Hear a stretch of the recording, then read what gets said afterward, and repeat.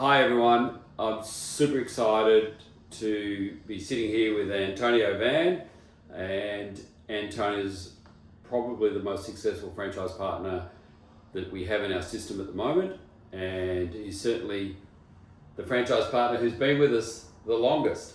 Thank you. So Antonio, when did you join Noodle Box? I joined Noodle Box back in 2002, in early 2002. Yeah, and my first store was the Port Melbourne Noodle Box, yeah. Which I understand was the first store that we franchised. Correct. Yes. And how many restaurants have you had over those years? Over the journey, I have 7, but now I only have 4. 4. Okay. Well, only that's a massive achievement. And the 4 restaurants that you have are some of the most successful. Well, they are the most successful restaurants. So, what kind of sales turnover? What did you turn over at Moonee Ponds the other week? 2 weeks ago, we achieved all-time high of 77,000 something net. Net. So that's 77,000 net. That's just amazing. And how many square meters do you think Moonee Ponds is? It's around 100. Yeah. So it's Quite small store. And seating for how many? Inside it's probably 4. Outside we have 8. Yeah. So for those interstate friends that haven't been there yet, it's but it's not a massive site, but it's been there for a long time, hasn't it? Correct. It was one of the first noodle boxes built. So that's Moonee Ponds. Now you've also got another site at Geelong, and what's Geelong averaging? Geelong averaging around 72, 73 net.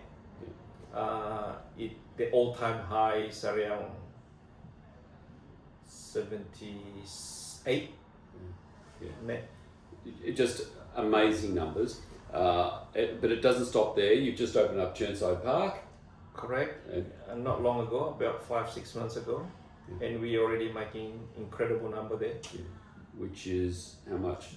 52. About 52. Okay, so 52. Net. Yeah. And for those that don't know, when Antonio took over that site, it was doing around 20,000.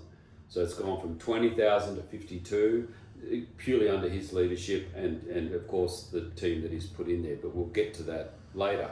And you've got one other store out in regional Victoria, in a small town, Mornington. Correct. That's doing how much?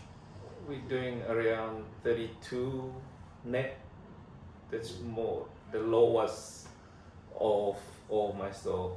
Yes, but as I said, that's basically a small country town, not in the CBD yet. So for those who can't be bothered doing the maths, I've done it for you. Antonio's doing around about 180,000 per week net. So it's just incredible story.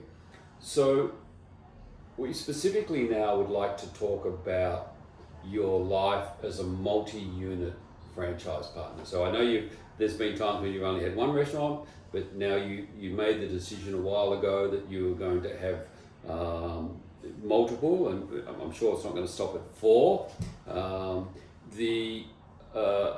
Let's talk about the difference between owning one noodle box and owning 4. What's the main difference that our friends listening to this interview should know about? I think the mindset is different. When you have one store, you tend to work harder, longer hour, so your time is all consumed by the single store. But when you own multiple, you get. I don't work in the store, by the way, in the store anymore. I have more free time now. I can be in any location. It doesn't have to be tied to Melbourne or Australia. The shop still can running smoothly. So the differences is in the mindset of the operator. So in a typical day or within a week, what sort of things do you focus on? If you're not in the restaurant that much anymore, what are you doing? How are you working on your business? I've been looking at more in a bigger picture, like the profit and loss, Yes. figure that I get every week, every month. And also I'm looking at compliant, external customer compliant, and also the internal audit that Noodle Box done. So this is the thing that I'm focused on. If any issue coming up, I will try to address that with the team on that particular store. Okay.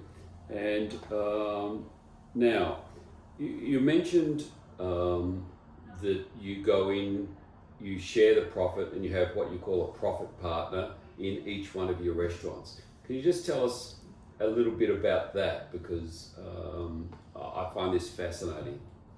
Correct. So I started from the single store. I mean, we have a lot of team members that going through, and then the one that's showing to be have potential to be a great leader, then I will take them in, and then as the opportunity arrive, we jump into another store, and then I put him as my replacement for that particular store, and then so it duplicates as we go, as we acquire more shop or more store. Okay. So you find someone that runs the restaurant the way you want it to be run. When you're satisfied that they can do that, you make them a profit partner, and you're prepared to give them a restaurant to run themselves. Is that basically correct? How you correct. do it? That's how we duplicate the success of any store that I have, and then try to duplicate it on the new store. Yeah. Okay. And now the other thing that you told me, which I just find amazing and great, is how much can your profit partners at each of the 4 restaurants roughly expect to make a year? There's 2 components to the pie. One is the profit, the other one is the salary. So the salary itself is close to 100,000 per year, including super. And then the bonuses or the profit it's around 60,000 a year, depending how profitable that store is. Yes. So they also will be focusing on the profit, not only the operation of it, but they will be focusing on the profit itself, because it's affecting the bonuses as well. Perfect. And how often do you pay that bonus to them? The bonus is every 3 months I pay them. So quarterly. Yeah. Mm-hmm. So again, for those who may not have heard that, this is around about a package of 150, 160,000 that the store, the profit partners or the managers of the sites are getting. But why wouldn't you pay that? Yeah, you don't have to do be that sort of turnover. You don't have to be in that store anymore. Your time is basically free up, and you can do whatever you like. I mean, with someone that are taking the leadership of the store. Yeah. Okay. And I assume this would be scalable. You could do this with 10 sites. Is there a limitation? You may not want to do 10, but can you see a limitation on getting to, say, 5 or 6 or 7 sites, if that's what you wanted to do? I don't see there's a limit in it, but we are basically tied to the person, that particular skill and potential leader. If we have one, I don't mind to open more, but obviously you have to be the right person to do it. I think that's key, because they're looking after your money and your investment, and you've got to trust them to do that. So I want to just sort of wrap up and get back to chatting about what you believe and what you've found to be the keys to the success. We don't have many people in our system doing the kind of numbers you're doing and have been as successful as you have. And what's some of the 3, 4, 5 things that you could tell our franchise partners that are the key things to focus on if they want to go on this journey to open up a second or a third or a fourth or a fifth. You were talking to me before about people, so as number one. Yeah, number one is the people and the mindset. It's really important. Don't be the doer. If you don't want to be doing everything yourself, you need to delegate that to a person, a team that they can work on your behalf. Obviously, you can't be everywhere. So when you have the second store, the third store, you can't be everywhere. So you need someone that's responsible for that particular store. System implies to check how they progress, how they doing, if they're doing the right thing or not by you or by the store. And then thirdly, it's the figure don't lie. The profit and loss statement that we get every week or every month, it will tell you that we are making money or not. There's no point of keep making a lot of sales, but at the bottom end is not there. Yes. So it's really important to have that in place. And how often do you meet with the four managers? I meet them every week. Mm-hmm. We spend around an hour. If there is an issue that we need to address, could be more time that we need, but mostly around an hour or even less. Yeah, oh, excellent. And are they responsible? Are they as good on the P&L as you are, or do you see that's your responsibility to be on top of the profit and loss statement? That will be my responsibility, but I will point it to them that they need to focus on what costs have blown out, what costs that need to be controlled. Okay, and again, some numbers that you told me before, which I find extraordinary, just great, is what's the target wages that salary that you have within each of your restaurants? And I know it varies because of the scale of your business, and Mornington is different to Moonee Ponds, but correct. What's your range of that you're looking for? The wages I'm looking at about 20 to 25%, and the costs around 23 to 28%. Yeah. So anything above that, we need to look into what causing that. Yeah. Or if any lower, I also will look into it, what making that figure become lower. Obviously, it's good for the business, but we need to preemptive. So if I was to force you, or not force you, but what do you think's most important if you're choosing a new site, opening up a new restaurant? Is it the site where it goes, or is it the team that you put in there? I think they're both important. Site obviously is very important. If you choose the wrong site, then it could have a implication. But I'm very, very careful in choosing a site. All the criteria that meet the Concept 8 criteria, then on top of that, I will have to look at the area myself. Yes. But the reason I ask is because I know the previous franchise partner of Chirnside Park, when they were doing 20,000 a week, and now I hear that they found out you were doing over 50.